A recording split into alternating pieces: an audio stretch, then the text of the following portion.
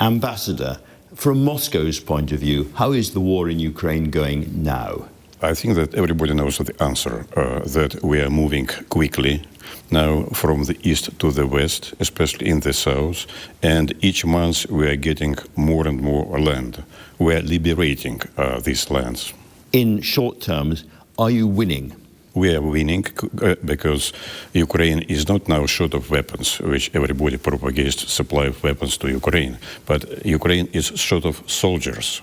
And it has no more resources to fight. So they're running out of soldiers. Is it the Russian point of view that quite soon you will take all of Ukraine, including Kiev? Is that what you want to do? No. It is this goal is overstretched. It's too big. And as our president has said, our goal is to liberate now 4 provinces in Ukraine. So once you have taken those provinces, from your point of view, the war is won, the war is over. This is, I do not know this. Actually, our current position is, as I have told you, what's going further, that depends on behavior of Ukrainian government. Earlier in an interview, you said that Britain was now directly involved in the Ukraine war because of the Storm Shadow missiles. Right. What are the consequences for Britain of that? Well, the consequences, first of all, why it is involved, because Britain has sent quite a lot of officers, soldiers and specialists to Ukraine, and striking the Storm Shadows is not possible without participation of British militaries. It makes sort of they are conducting a proxy war against Russia. We fully understand that. Although we are not hostile in a sense of that we are not in a war with Britain, but we do believe that Britain together with Ukraine are attacking our lands. So if we are in a proxy war with you, are you in a proxy war with us? By which I mean all the reports of attempts to cut cables, engage in so-called grey war operations against Britain. Should we be concerned about that? No, you should not be concerned, because it's a pure fantasy. When I'm reading this story in the press, especially Bulgarian subjects, and all that, it makes me laugh, of course. So it's entirely untrue. Can I come on to the issue around Donald Trump? We have a new American president taking office in just a few weeks now, really, and he has said that he can end the war in a matter of days. Is that a point of view taken seriously in Moscow? I believe that Trump's team by now believes that the issue is too complicated to do it in 48 hours or something like that. But we see, and we do not have contacts so far. We did not contact with them, and they don't contact with us. But we clearly see that there are an attempt to elaborate certain scenarios, but these scenarios, they should be realistic to us. We do not want a freeze at all. We need a complex solution to the whole issue, to the whole problem. Your president has spoken of the facts on the ground, by which I take it that he could see a solution which involves holding those provinces in the east that you have mostly taken, and the Crimea, and then some kind of arrangement whereby the security of Ukraine was guaranteed. We can come on to that, but that's the kind of scenario that might happen. And not only, it is nuclear. Ukraine should stay non-nuclear, neutral, of course, means without NATO. The very important issue is the cessation of all racial discrimination in Ukraine. It means the restoration of the right of the Russian people, abolishment of sanctions. You mentioned NATO there. Would having some kind of NATO umbrella or guarantee for the rest of Ukraine be an absolute red line for Russia? No chance of that?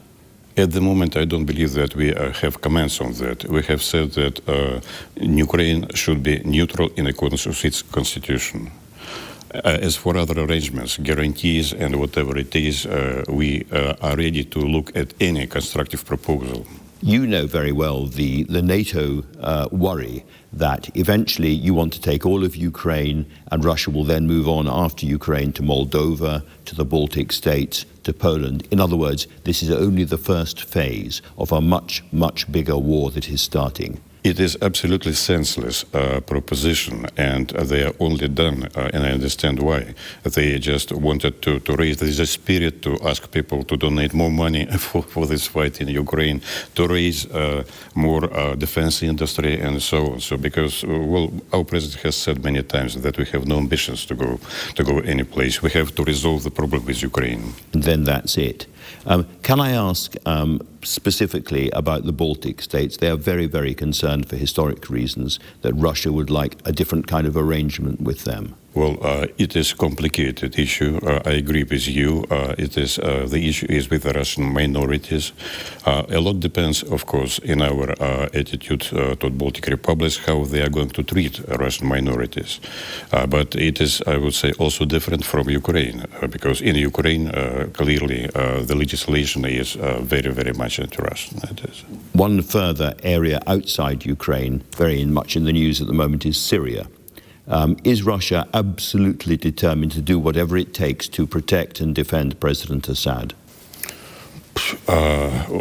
It's a totally different story. Syria is big, and actually there are lots of forces at the moment. What I can say is some years ago we trusted to other nations that we should not finish it up in Idlib, and actually the hostilities were temporarily ceased. That was a mistake, of course. Indeed. Now, do you think that's one area where, for instance, you might leave it to Iran to take the lead?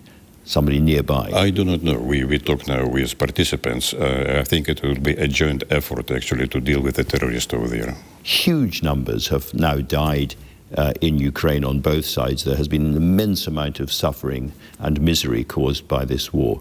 Has it been worth it? No, I don't think so. We could have ended it in negotiations in April 2022, if not Boris Johnson will come and say, let's get out of this agreement, throw it away, and you should fight with the Ukrainians. The current head of the British Armed Forces, Tony Radakin, has said that he thinks we are now entering a third phase of nuclear confrontation. There was the first phase during the Cold War, and then the disarmament phase, and we're now in the third phase where there is much more proliferation and real threats of tactical nuclear weapons being used. Do you agree with him? Well, actually, we did not. Of course, the danger is present over there, and we are, I will say, on the verge of something. I wouldn't say collapse, but on the verge of another escalation. But as for us, we will do everything to avoid any escalation for that. We are against very much raising stakes in this area. But unfortunately, it was the INF agreement has been ruined by Trump and his team. You will have seen all the complaints that the British military is very, very weak at the moment. Wouldn't it be your candid, honest advice to the British, rearm and do it fast? It is up to them. This is not our business at all. It is. We see that poor state of economy. I hardly understand how you can raise defense spending here. There are lots of slogans that they should do it, but if they can, please. Do it if you can. One more question then about Ukraine, because one thing that nobody seems to talk about is the impact inside Ukraine of having a peace imposed by the Americans on them, and the possible collapse of the government of President Zelensky in Ukraine, and a period of effectively chaos in the rest of Ukraine.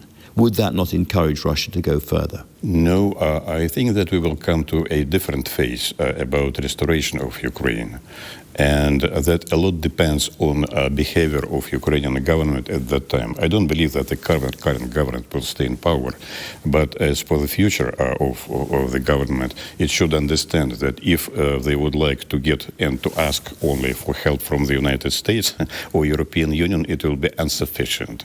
They should be friendly with neighbors, and that's the only way to restore normally Ukraine. Do you think it's practical, after all that's happened, for people living in the rest of Ukraine to be friendly with the Russians? Well, we are so mixed with Ukrainians. There are so many in Russian and Russians in Ukraine that it will be much easier, I think, that to come to terms than with different nationalities.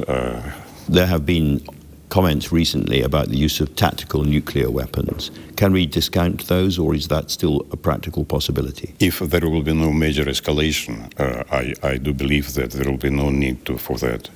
But that depends, of course, of how those allies to Ukraine will conduct further on. And in that context, there has been an argument that really what's going on at the moment is Russia trying to push ahead very fast, so that by the time Donald Trump comes in and peace negotiations start, the Ukrainians have lost impossible amounts of territory and are in a very weak position. It's about the positioning before the talks now. No, yes and no. It is a lot depends on the weather conditions, on the situation on the ground, but our goal is not to sacrifice a lot of people. We are just moving in accordance of our tactics, how it happens, but it is we're increasingly getting more and more terrain, independently of the general situation. Normally, things slow down during the winter. What kind of winter is it going to be for Ukraine? It will be difficult winter for Ukraine. We are more successful, and as they have less energy than they need for their armed forces. Of course, additives for the infrastructure is also continue to disappear, to disintegrate. I will say so. Every winter at that time is more difficult for Ukraine. Let me finish, if you don't mind, on a couple of more personal questions.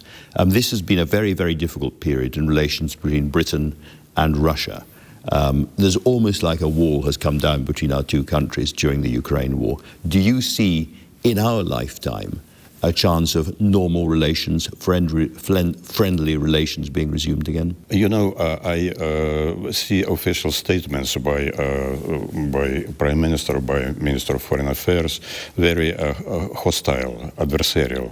At the same time, I'm getting quite a lot of signals from different strata of British society encouraging us, and a lot of letters that are saying that we should be friends, not enemies. So you see a period of friendly, normal relations not too far away between Russia and the West. We're not in a state of endless confrontation and further escalation of war. I cannot say anything. I cannot say anything at the moment, because I read, as I have said, speeches by your foreign minister in NATO ministerial. Today he is in OSCE in Malta, saying the same, that we should rearm Ukraine. Looks like he does not realize what is happening really. At least he should look at the window, what's going on at the streets. Ambassador, thank you very much indeed for talking to LBC.